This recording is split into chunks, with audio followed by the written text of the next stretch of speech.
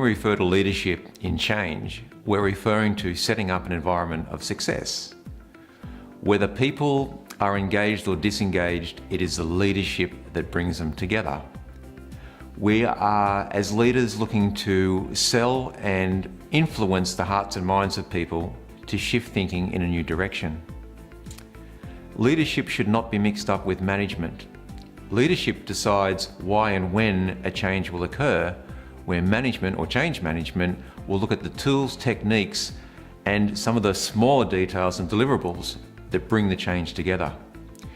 When we are a leader and we class ourselves as a leader in the change journey, we have to look within and also look outside to our environment to ensure that people are ready, that the organisation has the attitude to back the change, the ability to deliver the change, and ultimately the appetite to see the change through. In this lecture, we're going to take a look at leadership, and in particular, your role in leadership. We'll discover and talk about ways in which your confidence and competence are two different things, but with your experience, you can bring the two together and lead the change ahead. This statement, whilst it sounds cliche, be the change you wish to see in the world, is a pretty important one.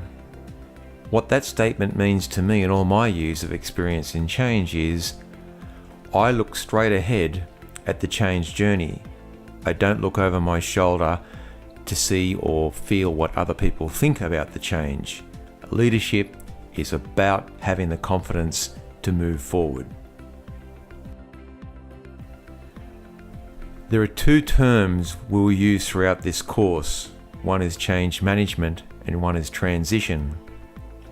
Change management really is those logical steps or the mechanical framework in which we deliver change for the organisation. Transition, on the other hand, can often relate to the period of change ahead, the pace of the change, and really the realisation of the change to the organisation. So let's just take a look and reflect on why leadership is so important when you are leading an organisation in change. Well, first of all, we need to provide a direction, set a course. This could also be seen as the change strategy. We need to also have purpose and, if you like, our commitment or horsepower, if you like, to the operations of the organisation. People need to have faith in both of those things. Leadership is also referred to as a social influence in which others change and align to, and they sense that there's a new way of doing things. Social influence can be around just having that discussion in the hallway. It might be a presentation. It might be really socializing the ideas of the change ahead. But your ability as a leader to influence people isn't just mechanically done with words. It's that social influence, how you carry yourself, how you present yourself, and the timing in which you do so. Leadership is also about the capability to meet the requirements of stakeholders. Now, when we talk about the requirements of stakeholders, some will be very obvious. It might be to do with money, cost down, revenue up, investment. But when we get to different areas of the business, people will need to have faith that you understand, for instance, if you're working with finance, areas in finance, operations, engineering, human resources, or IT. You need to, one, either possess those capabilities in those different areas or demonstrate capability that you can draw upon other people to do so. Again, this is where leadership is so important. We also need to address the issues and risks that are facing the organisation today and potentially tomorrow. We also look inward to the organisation and consider those internal risks. That might be capacity, it might be a product, it might be our general ability to do things operationally. Whereas an external risk or issue often looks at the market and its threat upon the organisation. We need to balance the change management activities, as previously discussed, those steps with the transition. If we try to move through change too quickly without bringing people on the journey, change is often impaired and unfortunately it can slip backwards. We need to create and nurture an environment for success, and sometimes the environment for success is equally a safe haven for when things don't go too well or to plan and they fail. Part of being a good leader is creating that environment so people have confidence in it and they trust and respect that environment.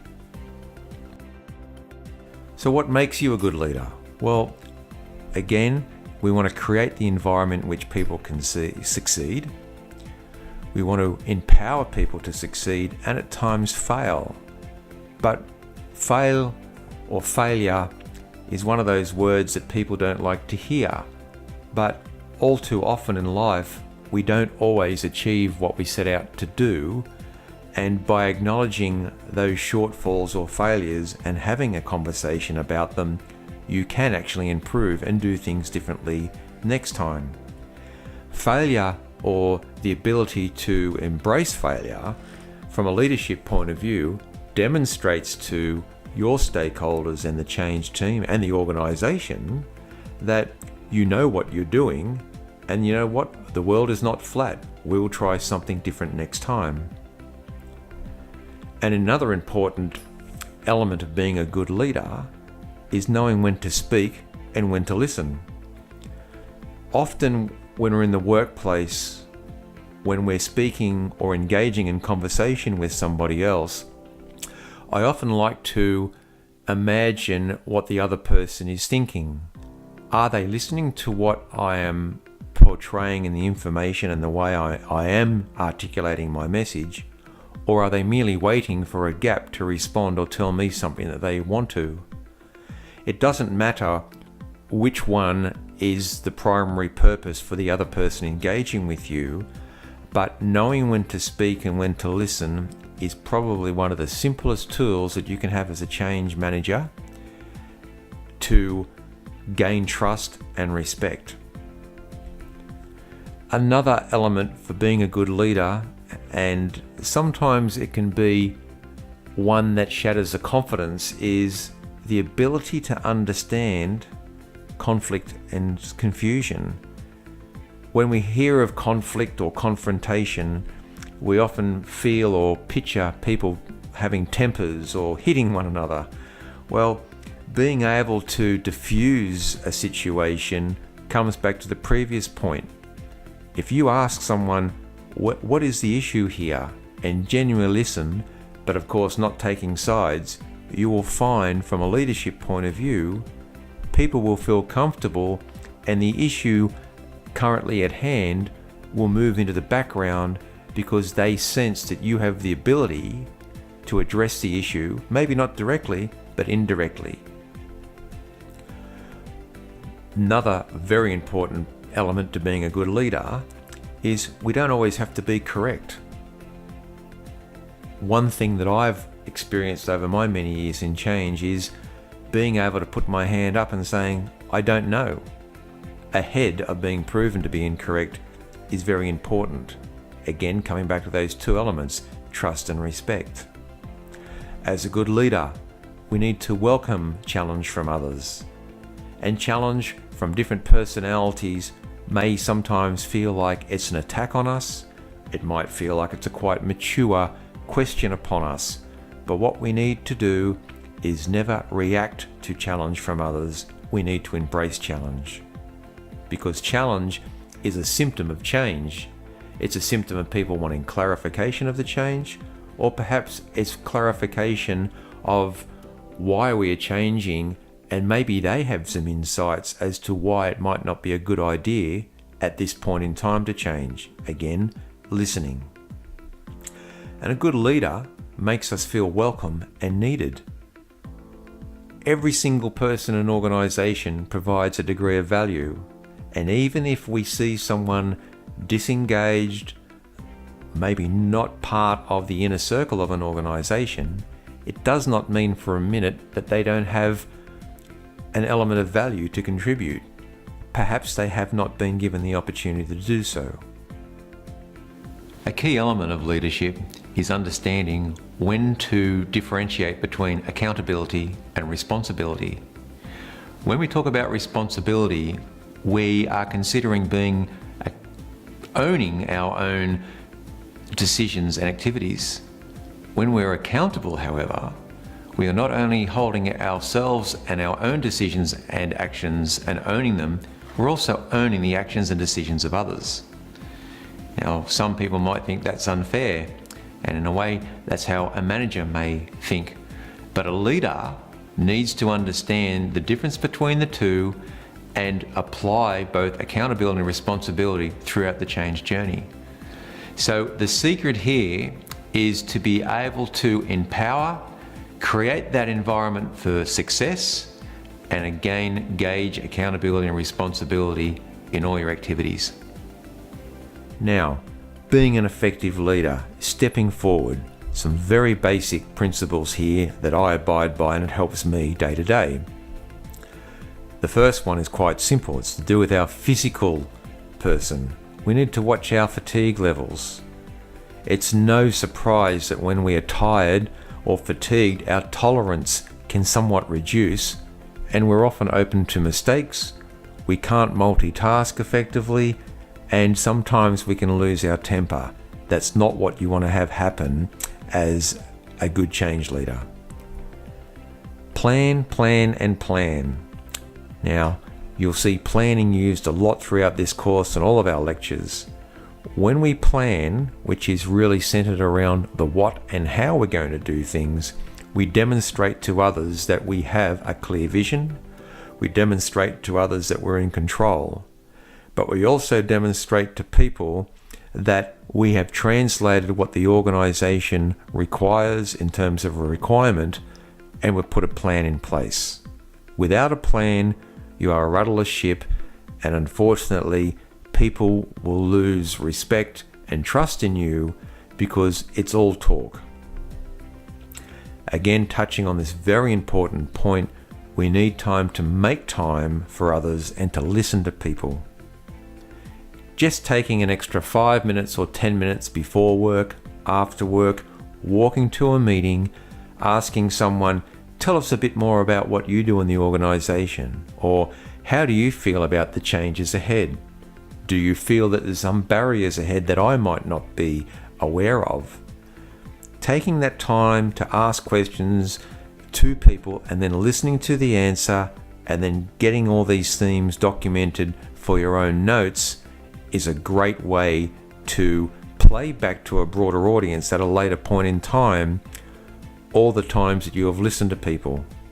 And that doesn't mean I listened to 20 people or 10 people or 30 people, but if you go through and capture some common themes that people talk about, when you do address your stakeholders at a later point in time, what you're actually doing is resonating and reminding them that, hey, yes, as a change leader, that person did ask me a question, they listened, and now they're playing back. I'm feeling comfortable. And look, another free tip is to learn about yourself is to be an effective leader. And one way to do that is to understand what personality type you have. Now, the URL here, 16personalities.com, is one of many resources online available to people to do this.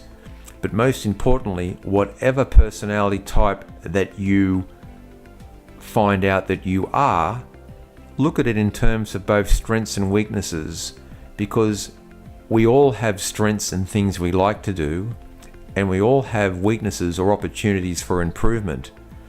Being able to objectively reflect on ourselves and how our personality type is likely to encourage us down a certain path is very key. And furthermore, when you understand your weaknesses, sometimes you can play them back to conversations in people and really reinforce the fact that you are a human. And like them, as being humans, by acknowledging our strengths and weaknesses, we can improve individually and as a team. Now, another key element here is to be consistent in your approach.